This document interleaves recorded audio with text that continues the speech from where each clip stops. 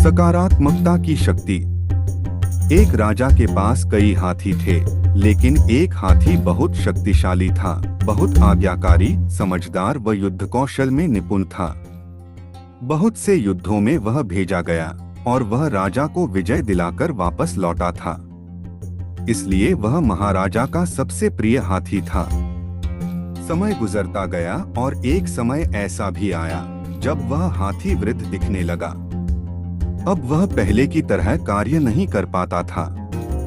इसलिए अब राजा ने उसे युद्ध क्षेत्र में भेजना बंद कर दिया। एक दिन वह हाथी सरोवर में जल पीने के लिए गया,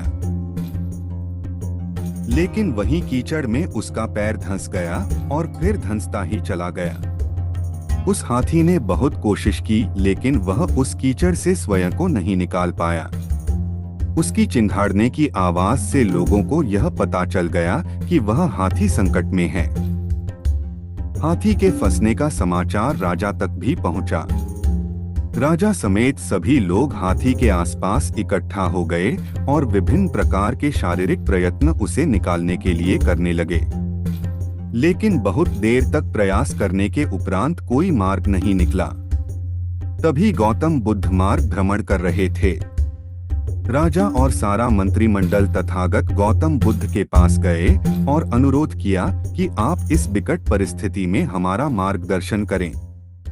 गौतम बुद्ध ने घटनास्थल का निरीक्षण किया और फिर राजा को सुझाव दिया कि सरोवर के चारों ओर युद्ध के नगाड़े बजाए जाएं। सुनने वालों को विचित्र लगा कि भला नगाड़े बजाने से वह फंसा हुआ हाथी बाहर कैसे निकलेगा। जैसे ही युद्ध के नगाड़े बजने प्रारंभ हुए, वैसे ही उस मृतप्राय हाथी के हाव भाव में परिवर्तन आने लगा। पहले तो वह धीरे धीरे करके खड़ा हुआ और फिर सबको हतप्रभ करते हुए स्वयं ही कीचड़ से बाहर निकल आया।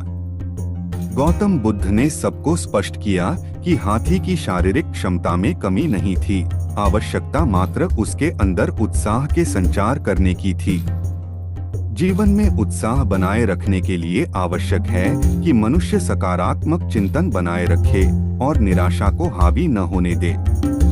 कभी कभी निरंतर मिलने वाली असफलताओं से और शारीरिक श्रम छोड़ देने से व्यक्ति यह मान लेता है कि अब वह पहले की तरह कार्य नहीं कर सकता, लेकिन यह पूर्ण सच नहीं है। सकारात्मक सोच ही आदमी को शक्तिशाली और समर्थ बनाती है और उसे अपनी मंजिल तक ले जाती है। इसलिए हमेशा नकारात्मक लोगों से बचें और सकारात्मक सोच बनाए रखें। परमात्मा आपको धन्य करें। आपका दिन शुभ हो।